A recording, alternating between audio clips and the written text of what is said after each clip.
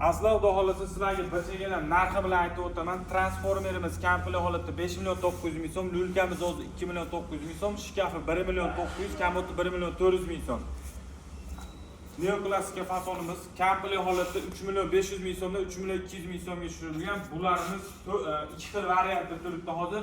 Haytagimiz bor 3 million so'mligimiz 2 million 500 ming so'mga. Bularimizni hozir nalishga tugagan. Zakaz qilsanglar xudo xolasa tayyorlab beramiz.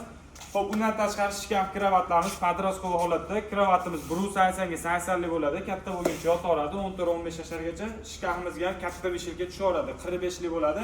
Eniga 1.36 lik, balandligi 1.95.